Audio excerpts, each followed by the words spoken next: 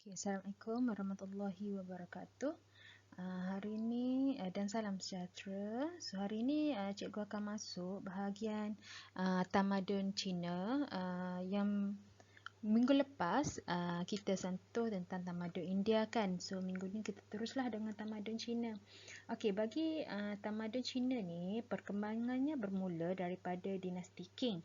Okey, so dinasti Qing ni dia muncul pada di sekitar lembah Sungai Huang He. Okey.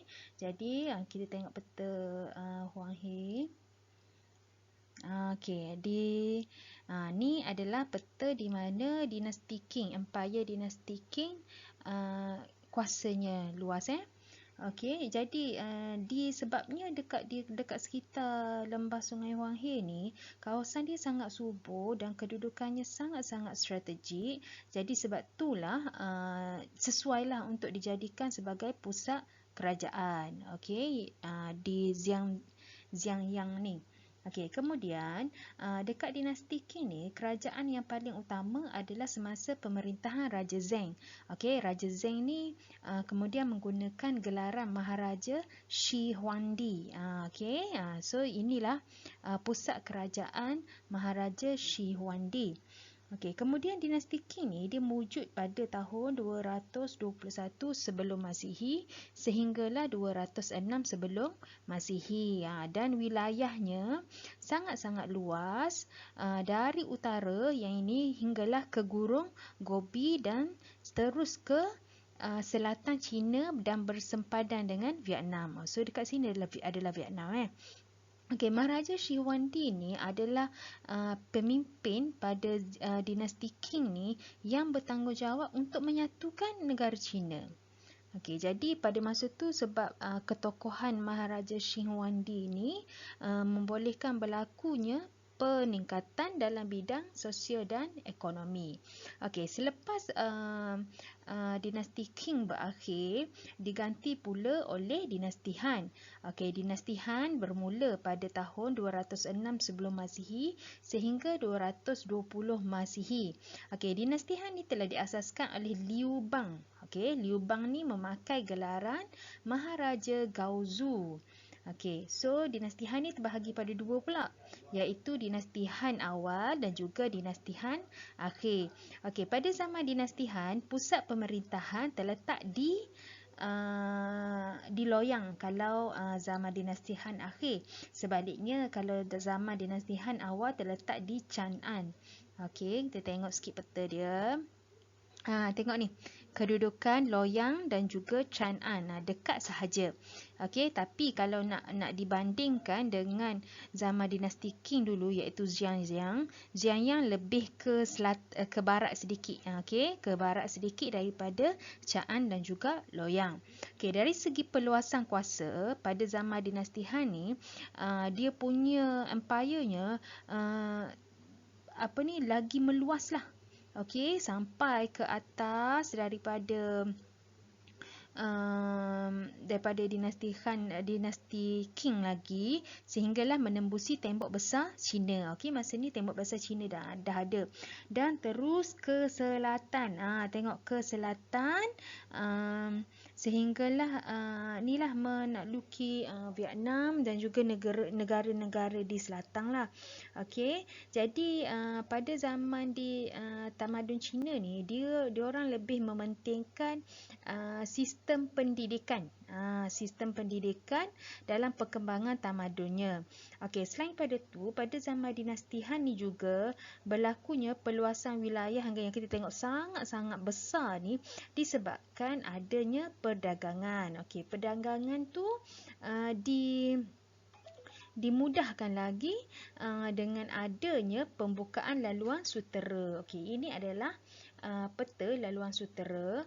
Okey, laluan sutera ni merupakan jalan darat sebenarnya yang menghubungkan antara Chang'an, okey, pada zaman dinasti Han iaitu ibu kota dinasti Han akhir dengan tamadun Rom. Okey, sul melalui laluan darat. Okey, laluan darat ni maksudnya masa ni dia bawa lah barang-barang dagangan dia ni.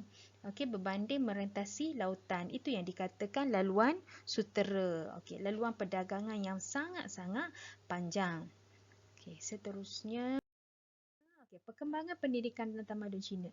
Macam tamadun India sebelum ni, diorang lebih menumpukan kepada perluasan kuasa sehingga Maharaja Asoka menakluki negara-negara, negeri-negeri kecil di jajahannya. Okey, tapi dalam tamadun Cina ni dia lebih mementingkan aspek pendidikan. Okey, kalau tengok daripada awal pendidikan di Cina bermula dari zaman dinasti Shang dan terus berkembang dengan pesat pada zaman dinasti Zhou. Okey, pada zaman dinasti Zhou ni lah munculnya ahli-ahli falsafah seperti Confucius yang menjadi perhatian masyarakat. Okey, pada zaman dinasti Qin pula, pendidikan ni lebih menekankan aspek perundangan. Okey, diasaskan oleh Han Feizi yang mengutamakan ketegasan undang-undang. Sebab bagi Han Feizi ni dengan ada undang-undang ni lah dapat kawal tingkah laku manusia. Okey, jadi sistem pendidikan selain perundangan, sistem pendidikan pada zaman dinasti Qing juga lebih tersusun apabila Maharaja Shi Huangdi menyeragamkan sistem tulisan. Maksudnya dia membentuk sistem abjad yang lebih tersusun. Okey, kemudian pada zaman dinasti Han pula, sistem pendidikan tu berkembang lagi pesat dengan adanya pembukaan sekolah tinggi di Chang'an dekat ibu kota dia lah. Okey, penekanan pada sistem pendidikan pada masa ini lebih kepada ajaran Confucianism. Confucianism tu adalah ajaran yang diasaskan oleh Confucius lah. Diorang punya tokoh lah, tokoh dalam bidang pendidikan ini. Okey, kemudian sistem pendidikan ni lagilah ditambah baik bila mereka mula membuat teknologi pembuatan kertas. Okey, kertas dibuat daripada campuran kulit pokok, serpihan rami kain dan juga jaring. Okey, cara kaedah bagaimana kertas dibuat adalah dengan merendamkan dalam air sungai, kemudian direbus. Okey, lepas direbus dikeluarkan dan dijemurlah pada bidai untuk membuat kertas tu. Okey, seterusnya.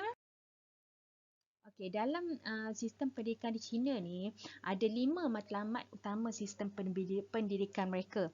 Yang pertama, hendaklah lulus peperiksaan perkhidmatan awam. Okey, yang kedua, untuk mengekalkan ajaran Confucianism ni. Okey, ajaran Confucianism ni sampai sekarang pun masih ada di negara China sana. Okey, kemudian dapat membezakan golongan elit dengan golongan rakyat. Okey, yang ni nanti kita sentuh Kemudian pendidikan ni penting untuk pilih siapa yang bakal menjadi pegawai kerajaan dan juga nak pupuk nilai moral dan etika yang tinggilah di kalangan pegawai-pegawai dan juga rakyat negara China masa tu. Okey, tahap pendidikan diorang terbahagi pada 3 peringkat iaitu rendah, menengah dan juga pendidikan tinggi. Kalau pada tahap rendah ni, diorang hanya tumpu kepada kaedah untuk menghafal tulisan dan juga buku suci. Ada 9 buku suci tamadun Cina ni, sistem pendidikan mereka. Okey, kemudian yang lepas pendidikan rendah akan terus ke pendidikan menengah. Pada pendidikan menengah ni, dia lebih menumpu kepada kaedah untuk menulis karangan dan juga sajak-sajak lah. Okey, dan yang terakhir adalah pendidikan tinggi yang mana boleh menterjemah dan menginterpretasikan buku suci. Kan buku suci tadi ada 9 kan? So, sesiapa yang mendapat kelulusan pendidikan tinggi ni, orang itu mesti boleh menterjemahkan ataupun mengajar balik apa yang telah ditulis di dalam 9 buku suci mereka. Okey, berkaitan dengan adat istiadat, tanggungjawab rakyat kepada raja, mentaati raja dan sebagainya lah. Okey, seterusnya. Untuk peperiksaan pula, Okey, bagi tamadun Cina pada masa itu, peperiksaan sangat-sangat penting. Okey, sebabnya mereka nak meningkatkan taraf hidup sosial yang lebih baik. Jadi, kalau rakyat marhaen tu dia nak tingkatkan ekonomi keluarga mereka, seboleh-bolehnya mereka akan ataupun berkehendak bahawa anak mereka akan menjadi pegawai kerajaan. Dan pada masa tu, hanyalah anak lelaki sahaja yang boleh menduduki peperiksaan dan juga menjadi pegawai awam diraja lah.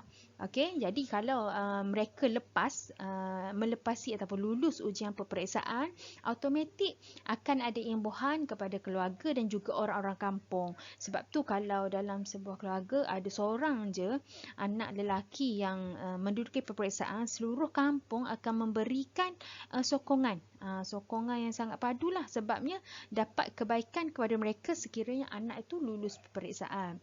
Okey, so sistem pendidikan ni diperkenalkan pada zaman pemerintahan Maharaja Wu dalam dinasti Han.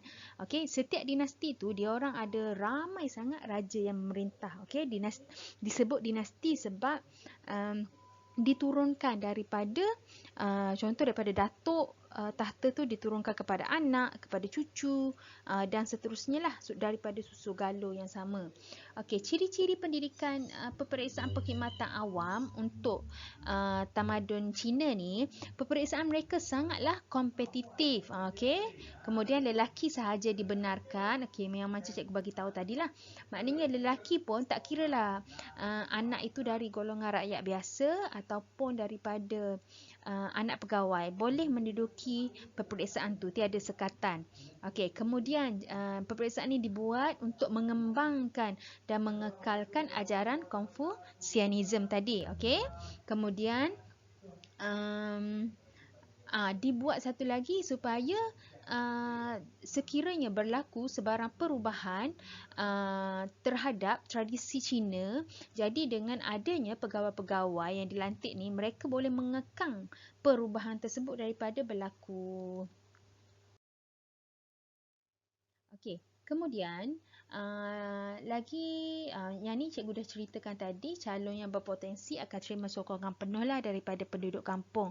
Okey, jadi peperiksaan mereka ni adalah sangat-sangat dikawal ketat. Maksudnya kalau berlaku sebarang peniruan, okey, hukuman yang berat akan dijalankan, akan dikenakan kepada calon peperiksaan tu. Okey, so peperiksaan ni berkisar kepada 9 buku suci tadilah yang cikgu bagi tahu tu. 4 books and 5 classics. Okey. Kemudian ada terbahagi kepada 3 tahap peperiksaan mereka. Yang pertama adalah tahap Ziuchai, yang kedua Juren, yang ketiga adalah Jinshi. Okey, tahap pertama Ziuchai ni dijalankan pada peringkat daerah sahaja. Jadi peperiksaan ni diadakan 2 kali setiap 3 tahun. Jadi sekiranya calon berjaya pada peringkat Ziuchai ni, mereka akan terus kepada tahap kedua. Tahap kedua pula diadakan di ibu kota daerah. Okey, jadi calon yang berjaya pada tahap Ziuchai sahaja dibenarkan menduduki Juren. Okey, kemudian yang terakhir adalah tahap ketiga, iaitu Jinshi, dijalankan dekat ibu kota kerajaan. Okey, jadi peperiksaan ni berlangsung selama 13 hari. 13 hari ni hanya untuk tahap 3 Jinshi, manakala tahap Ziuchai dan juga Juren tadi hanya sehari sahaja peperiksaan dijalankan. Okey, jadi mereka yang lulus dalam peperiksaan tadi, maknanya melepasi setiap peringkat itulah, okey, akan diserapkan ke dalam perkhidmatan awam dan memperoleh pelbagai keistimewaan. Okey, so tahap pertama dia akan dapat butang keemasan yang dilekatkan pada topi mereka. Okey, kalau awak tengok cerita-cerita Cina kan, okey, so pegawai mereka tu ada yang macam butang emas tu yang dilekat pada topi. So maksudnya mereka telah menduduki peperiksaan sama ada peringkat pertama, kedua ataupun ketiga. Okey, kemudian jadi kalau calon yang melepasi tahap kedua, keistimewaan mereka lagi besar daripada yang melepasi peperiksaan tahap pertama. Selain adanya butang emas pada topi, Okey, diorang akan dapat tanda nama yang diletakkan di pintu masuk rumah. Dan juga ada kaki tangan pengiring. Maksudnya ada pengawal lah. Okey, jadi diorang punya tahap sosialiti dalam masyarakat tu tinggi daripada rakyat-rakyat biasa yang jadi kuli tu. Manakala calon yang lulus peringkat ketiga yang tertinggi sekali, yang ni keistimewaan dia lagilah banyak. Okey, so mereka akan menjadi pegawai kerajaan yang punya pangkat yang lagi tinggi dan juga keistimewaan yang sangat-sangat banyak. Selain untuk diri dia, keluarga dan juga orang-orang kampung dia pun dapat juga keistimewaan tu. Okey, jelas Jadi kalau dekat sini kita boleh compare bahawa macam tamadun India lebih menekankan perkembangan tamadun mereka dari segi perluasan kuasa, manakala tamadun Cina lebih kepada bidang pendidikan. Okey, setakat itu sahaja untuk tamadun Cina. Terima kasih.